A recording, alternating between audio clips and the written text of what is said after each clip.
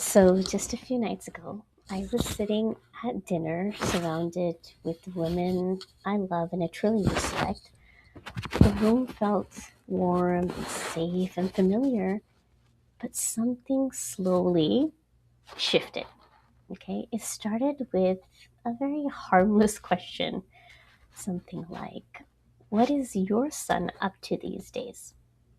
Oh, really? That's amazing. hmm Then came the quiet turn. Oh, did you hear about Fatima's son? He applied for medicine, but didn't get in. Oh, he dreamed big, but his grades weren't there. Let's see what he does. No one was being cruel. No one was raising their voice. But inside my chest, I felt that familiar heaviness, the subtle weight of comparison, judgment, quiet criticism. This was just from a few words that she said.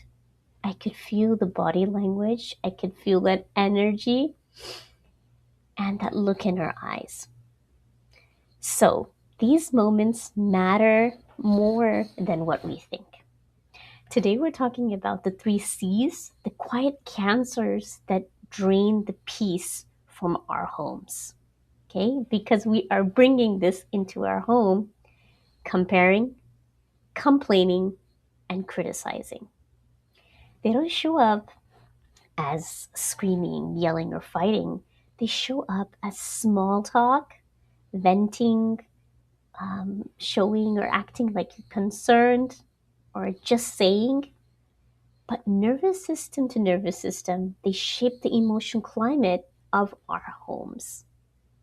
Welcome. If you're new here, my name is Tasneem Nomani. I'm a parenting coach for moms, helping you find that peace and that calm in relationships again and leave a legacy for your kids and stop that generational pattern of stress and overwhelm. Okay? So, negativity is almost never about the topic we're talking about. Okay? When we gossip, compare, or complain, it is usually because one of our core needs feels threatened. Okay? So, peace, fear that bad things will happen, love, fear of not being enough, understanding, the fear of being unseen or disregarded. So, when peace feels threatened, we complain, right? When love feels threatened, we compare. When understanding feels threatened, we criticize. So these habits are not personality flaws, they are defense mechanisms. But they quietly poison the atmosphere of our homes. So let's talk about the first cancer number one, comparing. Okay? Comparing is rarely really loud. It is very subtle, internal, maybe not even with our words, but with our thoughts and with our feelings. It is silent. So I worked with a mom recently. Let's call her Sarah. Okay. So she felt really disconnected from her 10-year-old daughter. And every afternoon, like the tension would fill the room the moment her daughter would walk in. Okay. And when she would hug, Sarah said that she realized that she wasn't seeing her daughter, she was seeing like a comparison reel. She kept on thinking in her mind, oh, why isn't she as motivated as my sister's daughter? Why can't she excel as she is doing? Why does she struggle with other things where other kids can handle things so easily? Why is she so shy? Why is she so timid? She never said these words out loud, but her daughter felt it in her size, in her tight jaw, in her tone of voice when she was speaking to her daughter. So that's what I'm talking about, energy. Okay? Children don't just listen to our words, they read our nervous system. I can't emphasize this enough, but I know you can feel that, right? So, comparison tells a child love is conditional and you are measured. Uh, when you see the good grades, you give the hug, you praise them, you hug them, give them that love externally. When they don't do bad, you kind of punish them by not talking to them, retrieving. So, just the next time comparison creeps in, just pause and ask yourself, am I responding to the child in front of me or the standard in my head? Okay. I think that's a huge thing when we ask this kind of question. It helps us just pause and check in. Now, the second cancer, complaining. I think I skipped one. Okay. So complaining is an emotional dumping ground. And it leaks like dysregulation into our space. So a few months ago, I walked into my kitchen after a really long day. I had client calls continuously, and I had so much work back end with my clients. So it was just, really, really hectic and kind of stressful. And I was just exhausted. Okay. And I started complaining to my husband while he was having his tea. It's like, this happened and I'm so exhausted. I'm so tired of doing this. Or, no one listens to me. Or this is such hard work or whatever. So my daughter quietly went back to her room. And she didn't say a word, but her retreat was loud. Okay. So I turned my home into that dumping ground. Okay. And um, another mom that I worked with, her daughter like completely started like shutting down and she wouldn't share anything with her. Okay. She wouldn't talk about her school. She wouldn't talk about her friends. Everything was annoying for her daughter. Okay. Her daughter started using this word annoying or agitated. So when we look deeper, um, my client said that every time she would walk into her room, her mother's room, she would be like on the phone talking to somebody, and it would be nonstop venting on the phone. And she didn't realize this, but she had that outlet where she would just call somebody and just like yap about what was happening and kind of vent out her angers and her frustration. So her daughter wasn't misbehaving, right? She was mirroring the exact image that she saw her mother in. Her mother wasn't happy. She was complaining.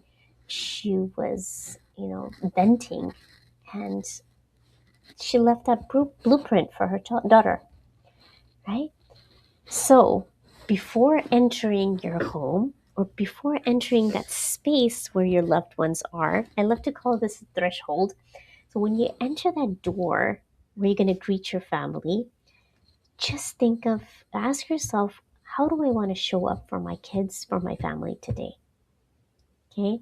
Just take 3 slow breaths in and out and exhale all the stress, the anxiety for the day. And just ask yourself, what kind of climate do I want to bring in? Do I want to bring that frustration, that irritation to my space? Okay. You can just take a 10-minute reset if you need to. Okay, check in with yourself before meeting your loved ones. All right. Um, Now the criticizing. Criticism often disguises itself as teaching, right? So we think that we're correcting them the whole day long. Why can't you remember your school books? Why can't you keep your room clean? You're always leaving your things everywhere. So criticism attacks the identity of the child, while guidance addresses skill. Okay. So one of my moms realized that 80% of her daily interaction with her son were corrections. So it was continuous throughout the day. Okay, why can't you get up on time? Why does that have to tell you 100 times for you to do this? Why don't you have your room clean? So it's correction. Posture. It's not standing up straight. You're not chewing your food right. You didn't do your homework properly. So it was during the day. So her intention was love. She wanted her son to succeed, um, in every aspect of life. So she was continuously correcting. But his nervous system heard that you are not enough. And that's huge. Okay? You're not perfect. You're not enough. Imagine you're in the kitchen and someone's like hovering over you continuously. Oh, you can't cut the onions like this. You can't cook the meat like this. You can't add the spice like this, etc., etc., etc. So you can imagine the frustration. So what I asked her to do is we shifted to more connection before the connection. Sorry, we shifted to more connection before the correction. Okay, and then his defensiveness completely melted away. Okay, so her child didn't need continuous discipline. He needed that safety net. He needed a place to feel empowered. Okay, so I want you to try this 5 to 1 rule. For every criticism, name 5 genuine strengths of the child. Okay, so this rewires your lens. It rewires your child's nervous system, and it rewires your home for yourself as well. If you criticize yourself, oh, you know what, I'm so lazy. Think of 5 things that you can say about yourself, your strengths. I'm a really good cook. I'm really patient and loving. And the same thing when you criticize someone else, especially your kids, say the 5 things, their 5 strengths. Okay? This was really helpful. Um, and it really shifts the game. All right. So peace doesn't return through big changes. Okay. It doesn't, you may think you maybe need to like do this whole remake over of your home. It's just subtle changes, watching what you say, what you think, and redirecting gossip gently. Stop being a dumping ground for others. Replace criticism with curiosity. Practice the 5 to 1 ratio, the reset. Protect your home's emotional climate like it's sacred. Don't listen to the news that brings in the negativity and that complaining and the criticism, that energy. Don't allow that to come into your room. So your home is meant to be a sanctuary. Set the boundaries. You know this person's going to call you and is going to complain.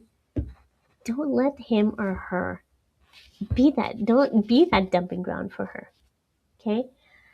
So which of the 3 C's has been creeping into your home lately? Just notice it, and I'd love to hear where you're from, where you're listening from in the comments, and share your shift after listening to this.